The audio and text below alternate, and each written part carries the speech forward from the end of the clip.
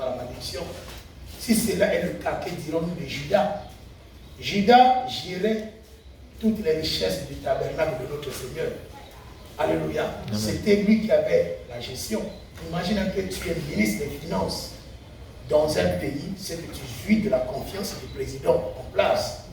Mais Judas avait tout. Mais l'homme dit que ce n'était pas l'approbation de Dieu. Ce n'était pas qu'il n'était pas le démon que la Bible fait allusion. Alléluia. Donc, la condition de l'homme n'a rien à voir avec son état d'âme. Amen. Amen.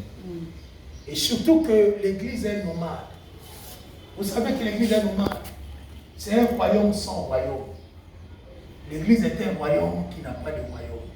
Nous sommes actuellement un royaume nomade. Voilà, Jésus même sur la terre, il a dit qu'il n'a pas un endroit où se loger. Il a dit les renards ont des tanières, les oiseaux du ciel ont des nids. Il n'a pas un endroit où se loger. C'est comme Abraham quand il est au pays de Canaan, il n'a même pas possédé ce pays d'un pied, mais le Seigneur lui dit je te donnerai ce pays. Mais il était comme un nomade. L'Église est nomade. En ce moment, on n'a pas de terre. Nous posséderons les terres. Ce n'est qu'après la 70e semaine de Daniel que nous allons posséder les terres. Mais pour le moment, l'Église n'a pas de terre. Nous sommes des nomades. Malgré que nous sommes des nomades, nous ne sommes pas des rois. Si je dis nous sommes des rois, c'est une erreur. Nous sommes le royaume de Christ. Amen. Amen. Nous sommes le royaume de Christ. Même si nous n'avons pas en notre possession des terres, mais nous sommes le royaume de Christ. Donc je peux manquer quelque chose à boire aujourd'hui, quelque chose à manger aujourd'hui. Cela ne changera en rien mon identité vis-à-vis de notre Seigneur Jésus-Christ. Amen. L'Église est nomade.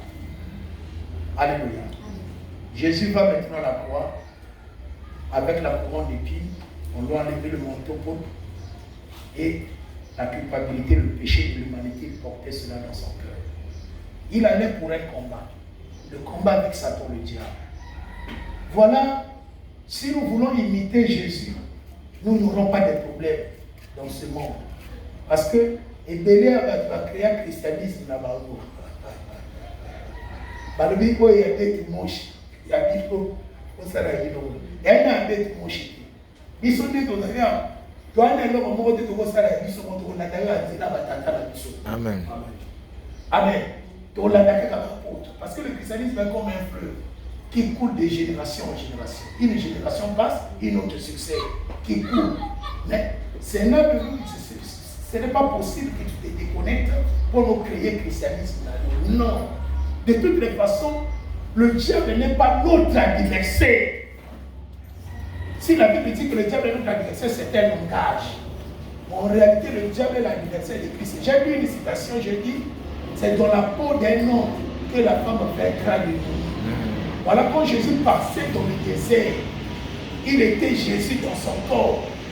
Après 3 épreuves, Jésus a vaincu Satan par les 3 épreuves. Où était l'Église? L'Église était dans sa côte. Amen. L'Église était dans son côté. Et quand l'Église est dans son côté, c'est Jésus qui combat. Amen. Et quand Jésus est vainqueur, même toi qui es la côte, tu sors vainqueur. Amen. Maintenant, quand Jésus va à la croix, bien aimé dans le Seigneur, le problème est que la côte reste dans le corps, ce n'était plus possible.